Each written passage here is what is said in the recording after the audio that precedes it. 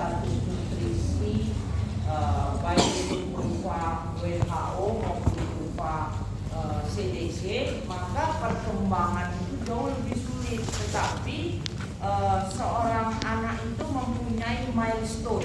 Milestone itu misalnya gini, telungkup, dari telungkup berdiri berpegangan, dari berdiri berpegangan berjalan tertatih-tatih, baru berjalan, baru berlari. Nah, itu semua merupakan satu kesatuan. Jadi nggak bisa seorang bayi lahir terus dia lari kita semua nanti, ya kan? Nah, jadi butuh suatu organisasi namanya. Nah, itu terjadi sebenarnya di rongga atau di dalam saraf, ya, di dalam persarapan. Jadi bukan hanya masalah persarapan yang bisa menyebabkan terganggunya proses perkembangan, tapi juga masalah otot. Jadi otak, otot, ya. Jadi kalau otaknya pun bagus tapi ototnya lemah, gimana coba? Kan nggak bisa. Nah, ini misalnya pada penyakit-penyakit tertentu. Selanjutnya, yang paling sering menyebabkan gangguan perkembangan adalah kurang stimulasi. Jadi kalau kita lihat gangguan perkembangan itu dimulai sejak dia di dalam kandungan.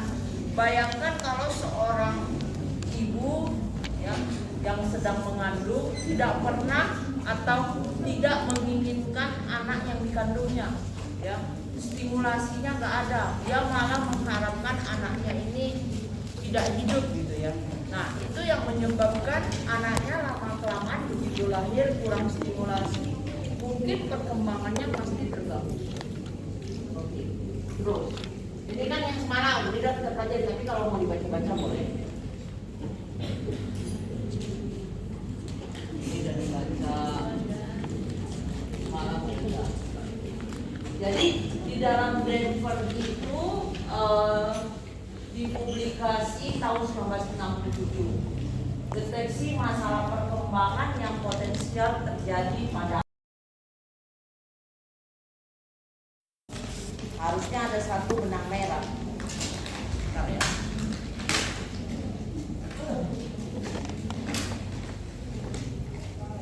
Tapi ini sebenarnya bukan ini, ini benang merah. Nah, ini benang merah. Jadi benang merah ini untuk apa? Untuk melihat apakah si anak bisa melihat atau tidak. Kalau kita melihat seperti ini, seperti bermain-main, tetapi bagi si bayi ini sangat penting.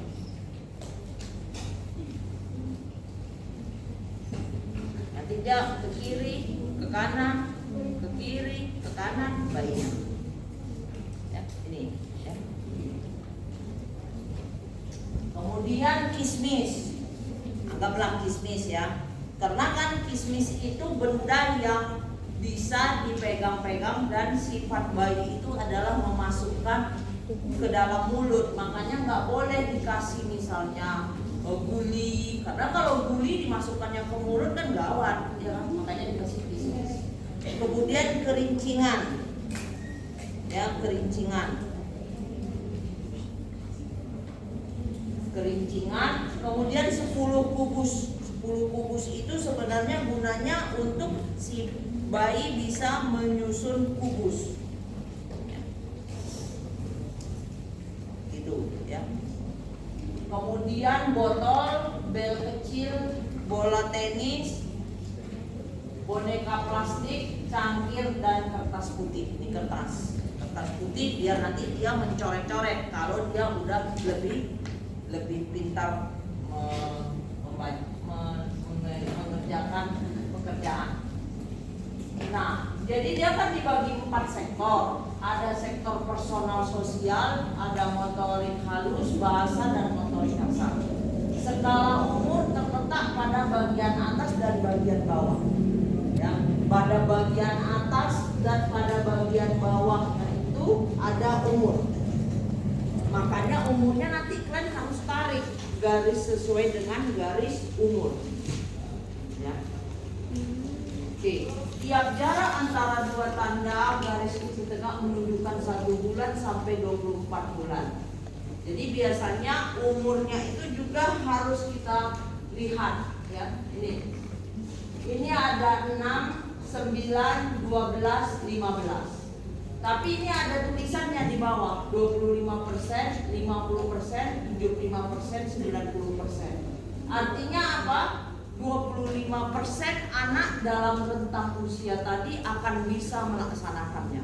Kalau 50% berarti 50% anak dalam rentang usia tersebut akan bisa melaksanakannya. Begitu juga 75% dan 90%. Nah, garis paling kiri 25% dari sampel anak-anak dapat berjalan dengan baik pada umur sedikit di atas 11 bulan.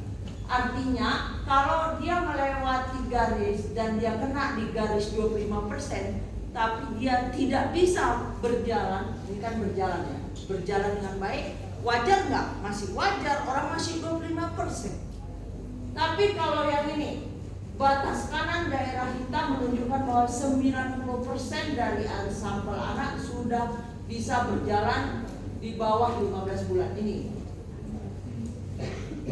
Artinya kalau dia umurnya 24 bulan tapi dia tidak mampu berjalan, berarti ada keterlambatan. Oke. Nah, R itu dibuat di tepi balok. Misalnya dia nggak mau, disuruh-suruh nggak mau, dia tulis R, refusal, menolak. Nah, ini cara menghitung umur anak. Umur itu adalah tanggal saat tes kurang tanggal lahir. Misalnya tanggal tesnya tanggal 10 bulan 5 2006. Tanggal lahirnya tanggal 2 bulan 3 2005. Maka umur anak 1 tahun 2 bulan 8 hari. Ya, 1 tahun 2 bulan 8 hari.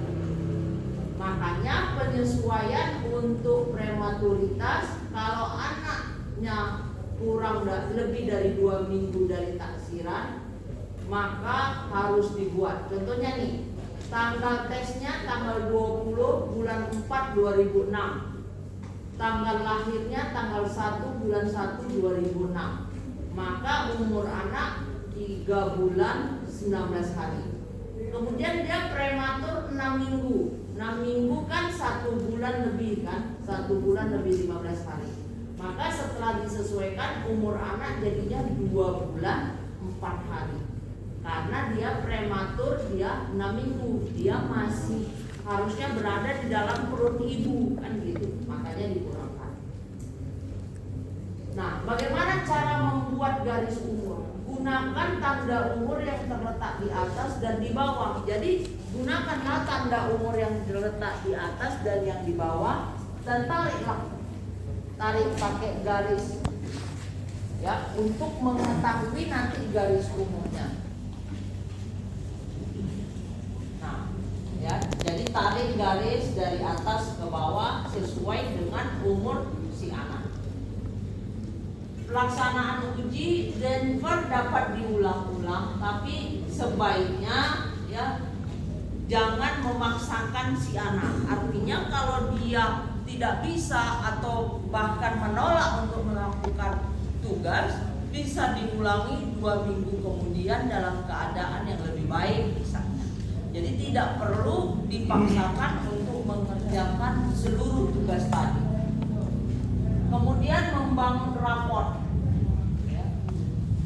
Ingat bahwa raport itu artinya kita memberikan kepada orang tua, ini loh anaknya sudah bisa ini, sudah bisa ini, sudah bisa ini, berarti anaknya perkembangannya normal.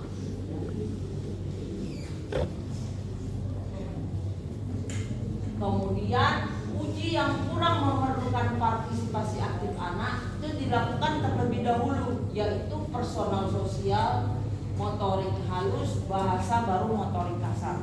Jadi jangan dipaksakan untuk dari motorik kasar dulu, karena kan kita baru bagi si anak, dia juga baru bagi dirinya terhadap kita. Jadi usahakan yang personal sosial dulu, baru motorik halus, baru bahasa, baru motorik kasar. Butir yang mudah dikerjakan lebih dahulu dan beri pujian saat anak berhasil melakukannya. Kemudian butir-butir yang menggunakan alat yang sama, misalnya balok, itu dilakukan berurutan. Dok, saya nggak hafal dok, nggak perlu dihafal. Yang perlu adalah kau kira-kira mengetahui anak tadi sudah bisa apa saja kan? Dengan kau meletakkannya, kemudian kau jelaskan bahwa ini adalah mainan yang lucu, kemudian dia sudah berusaha mengambilnya, membuat baloknya sendiri. Itu sebenarnya sudah menjadi suatu catatan bagi kau, raport bagi si anak di dalam lembar Denver-nya. Nah, resiko keterlambatan. Langkah 1 di setiap sektor paling sedikit 3 tugas yang sebelah kiri garis umur, ditembus garis umur, itu belum bisa dilakukan si anak. Atau langkah kedua, bila anak tidak mampu untuk melakukan tugas sebelah kiri sektor. Nanti kita jelaskan lebih lengkap lagi.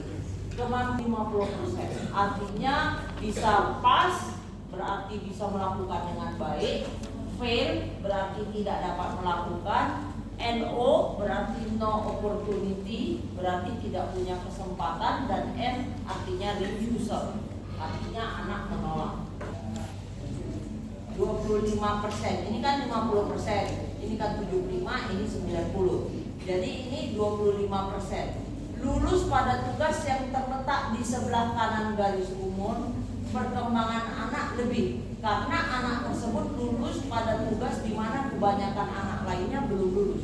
Misalnya garis umurnya di sini. Berarti apa? 25% aja anak bisa melakukan hal tersebut. Ternyata dia bisa. Berarti dia sebenarnya punya penilaian lebih. Karena dia mampu melakukan yang mana hanya 25% anak bisa melakukannya. Dan dia termasuk yang 25% itu. Itu penilaian lebih. Kalau penilaian normal kayak mana? Bila seorang anak gagal atau menolak melakukan tugas di sebelah kanan garis umur, perkembangan anak dinyatakan normal. Jadi garis umurnya di sini. Misalnya di sini garis umurnya yang dilewati ini adalah berjalan. Dia nggak bisa berjalan, ngengsok juga dia. Berarti dia masih normal. Kenapa? Karena hanya 25% anak yang bisa berjalan pada seusianya. Contohnya gini ya. Cepat.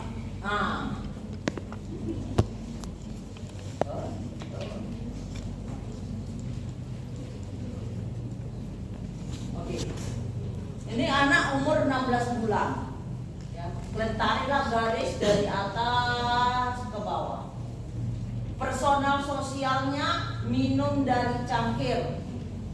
75-90% dia bisa melakukannya, wajar ya. Menirukan kegiatan, dia harusnya sudah 100% bisa. Ternyata dia memang bisa, berarti wajar dia karena dia sudah di sini.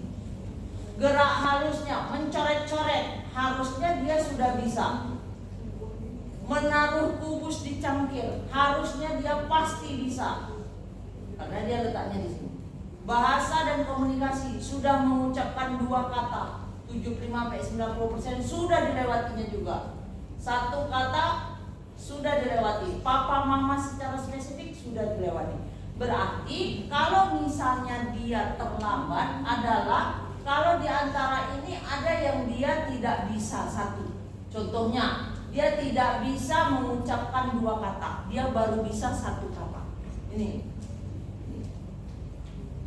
berarti dia kemungkinan suspek terlambat dalam hal berbahasa, berbicara atau berkomunikasi. Oke.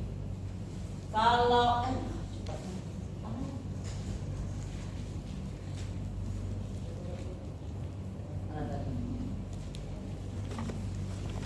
nah, jadi penilaian normal 1 adalah kalau anak gagal atau menolak melakukan tugas di sebelah kanan garis umur, dia masih normal.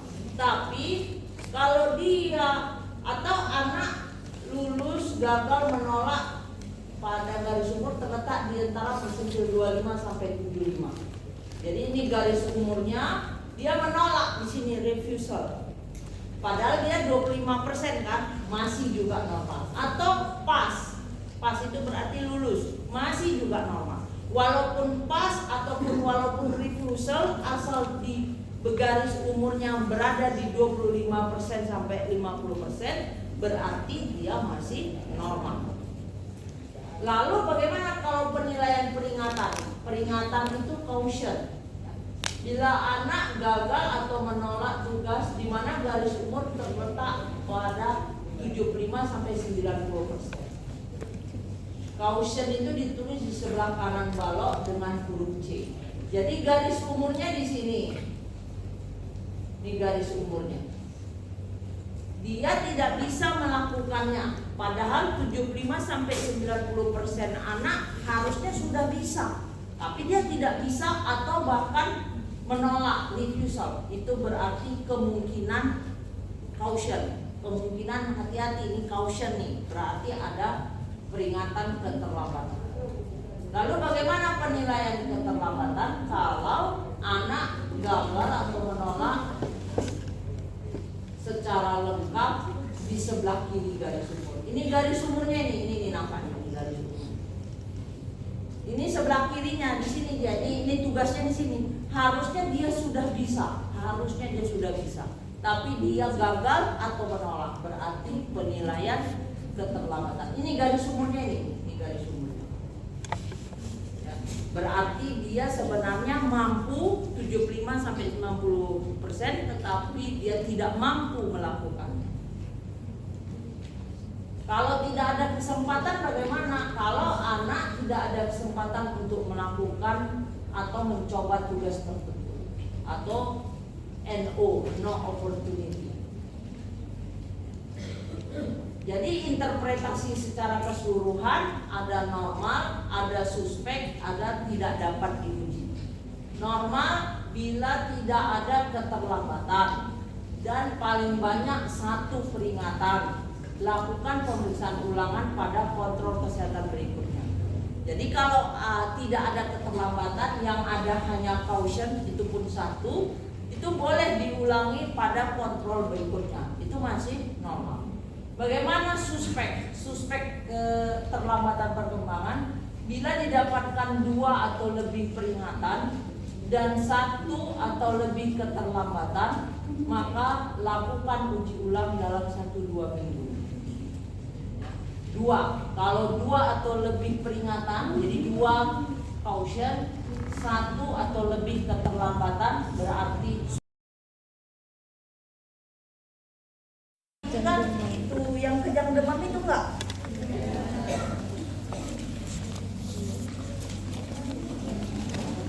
Misalnya pasiennya kejang, umurnya dulu sekarang, umurnya antara 6 bulan sampai dengan 5 tahun. Ini cara membukanya gini. Itulah nggak pernah buka Indomie. Karena ini cara membuka Indomie kayak gini kan. Nih. Ini adalah namanya rektal. Ya. Jadi kalau beda dengan supositoria.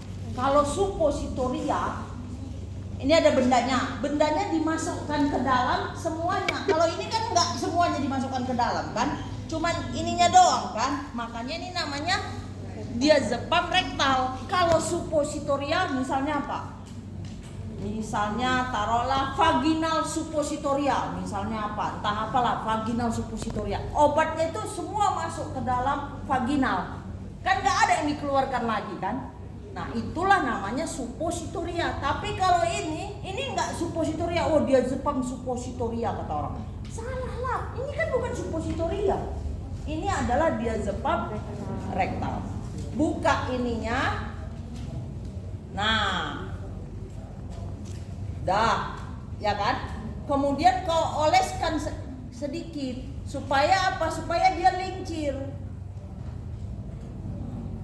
Nah, supaya dia lincir. Setelah lincir, ya si anak tadi kan sedang kelojotan.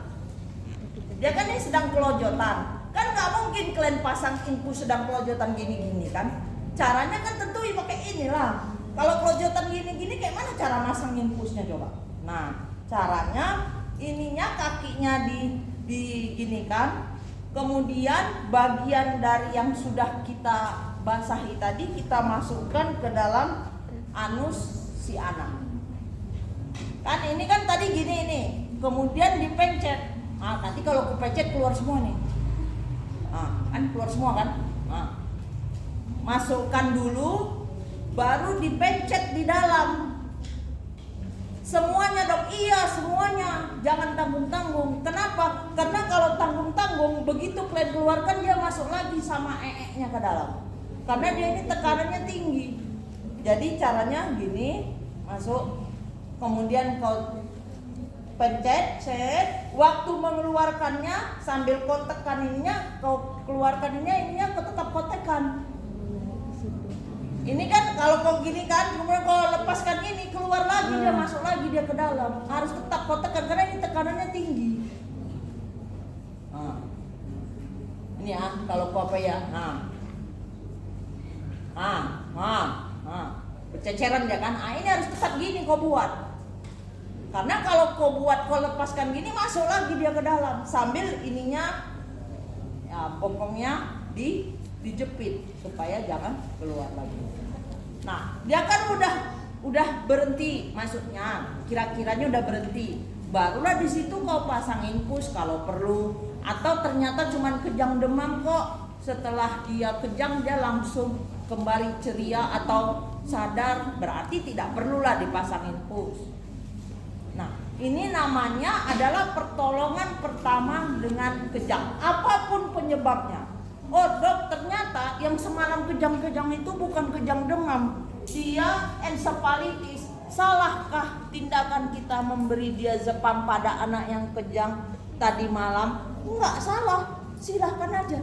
Tapi ini kerjanya berapa? 10 sampai 30 menit. Jadi kalau habis 30 menit dia kejang lagi, masukkan sekali lagi. Kalau dia kejang lagi, hati-hati, takutnya depresi pernapasan. Makanya harus kau lakukan penata laksanaan ABC, airway breathing circulation. Karena biasanya kalau udah kejang lagi, kemungkinan besar tidak mempan hanya dengan diazepam rektal. Harus kita lakukan pengelolaan kejang dengan menggunakan phenytoin, phenobarbital. Kalau udah masuk ICU-an, midazolam, propofol dan segala-segalanya itu. Artinya apa? Kalian sudah tahu, ini tanda bahaya. Udah kasih 2 kali diazepamnya masih kejang juga. Ini mau dicemanain ini anak. Ya janganlah dibiarkan, harus ditelepon atau diapai konsulennya bahwa ini setelah saya beri diazepam masih juga kejang. Berarti ini udah status epileptikus. Jadi pengertian status epileptikus bila dengan pengobatan yang adekuat masih tetap kejang setelah minimal 30 menit. Jadi dalam 30 menit kau gagal udah kau kasih diazepam 3 kali, 15 menit. Hati-hati. Ini bukan kejang demam lagi.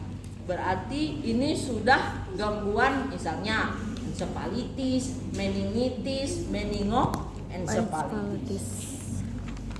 Ngerti? Nah, jadi di dalam pengelolaan itu yang penting adalah jangan panik.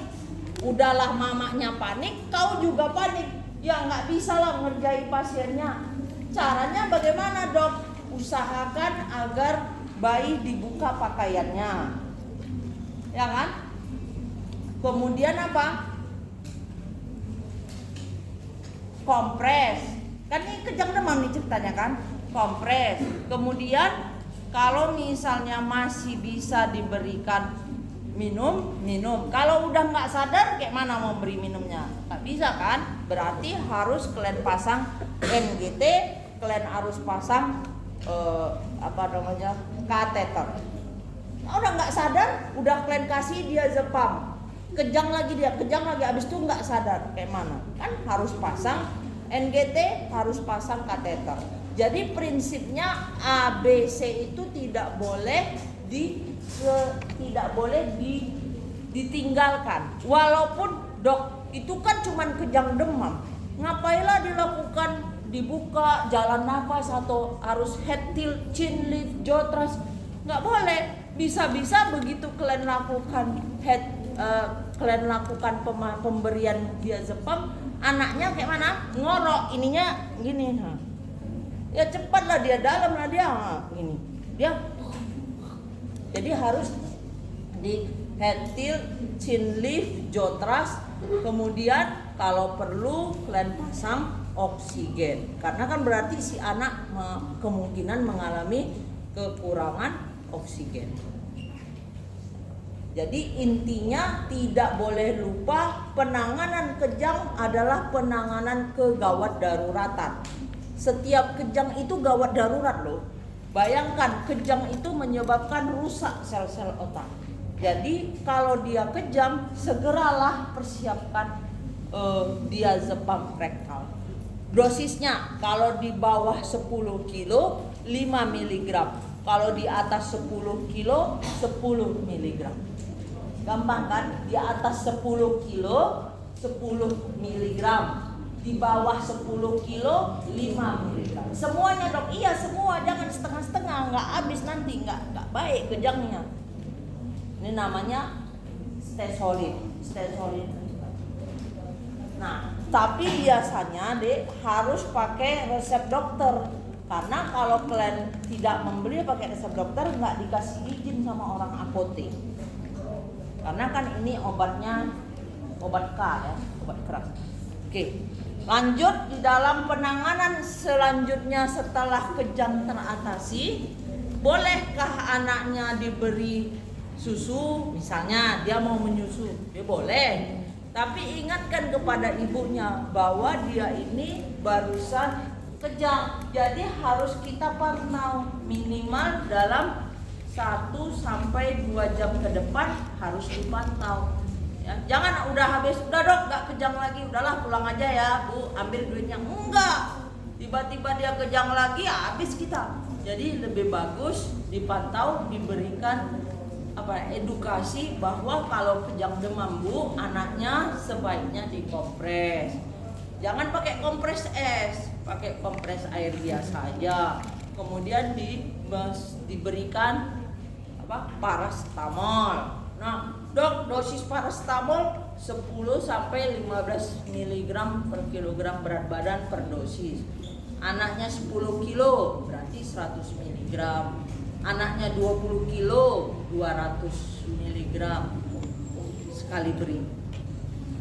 Jadi intinya anak tadi berada dalam rentang umur 6 bulan sampai 5 tahun. Jadi kalau ada anak kejang-kejang umur 10 tahun, hati-hati. Ini yang jelas bukan kejang demam lah. Udah 10 tahun masih kejang juga, berarti bukan kejang demam. Kejang demam itu harus strict ya pada batas-batas umur tadi. Atau anak umur 1 bulan kejang demam atau enggak? Oh belum tentu, jangan-jangan epilepsi. Jadi selalu melihat kapan dia kejang. Kemudian bagaimana timbulnya kejang itu bisa diatasi. Kalau dalam 2 kali sudah tidak kejang lagi, ya sudah, berarti dia memang kejang demam. Nanti usia anak usia 3 tahun, ya ibunya sibuk ini dia karena kejang demam. Udah nggak kejang lagi dia, sampai dengan udah 8 tahun, 10 tahun udah nggak kejang lagi dia. Berarti betul dia kejang. Jadi intinya dalam pengelolaan anak kejang tidak boleh panik. Paling tidak kalian harus melakukan head tilt, chin lift, jaw thrust. Head tilt, chin lift, jaw thrust. Karena kalau kalian panik, ya siapa lagi yang mau mengobati pasiennya? Udahlah mamanya panik, kalian juga ikut panik. Jadi ini sangat membantu. Oh dok, semalam udah saya kasih ini 2 kali masih kejang juga. Ini berarti bukan kejang demam, pasti ada apa-apa. Jadi sangat membantu. Jadi ini kalau kalian di UGD, kalian kerja di puskesmas, kalian kerja di rumah sakit tipe C, ini harus selalu ada dan harus ada, nggak boleh tidak ada.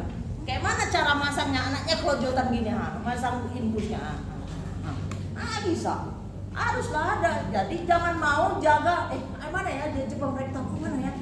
Nggak ada. Telepon administrasi, Pak ini kejam, Pak ini nggak ada nih Pak persediaannya Pak, nanti malam saya jaga Pak, paling tidak 2 ya Pak. Harus selalu dipersiapkan karena ini penting sekali. Kalau kalian tidak punya ini, malam datang kejang, habislah. Mau kayak mana mau dikerjakan? Mau pasang infus, tak sempat pun kalian pasang infus. Oke? Kalau tidak ada lagi yang mau ditanyakan? Nah, hari ini kita Denver dulu. Tapi di dalam Denver tidak boleh ada perasaan mau menghafal semua itu. Tidak usah. Yang itu artinya apa? Uji tapis. Kalau ini, oh ini normal. Ini tidak normal. Itu saja. Dok, obatnya apa dok? Udah tahu dokter? Enggak. Paling tidak dia bisa berobat ke, maksudnya ke spesialis gitu. Jadi jangan harapkan, oh nggak bisa bicara dia dok, oh kasih aja DHA banyak-banyak 10 kilo, nggak kayak gitu juga ngobatinnya. Jadi harus ada yang kita berikan edukasi pada orang tua. Bisa? Nah, ini nanti kalian intuin aja. Masukku disimpan. Tadi siapa tadi yang disimpan? Nah, simpan supaya nanti kalau kalian nggak lupa, kalau lupa bisa dibaca kembali. Masukkan ke ini.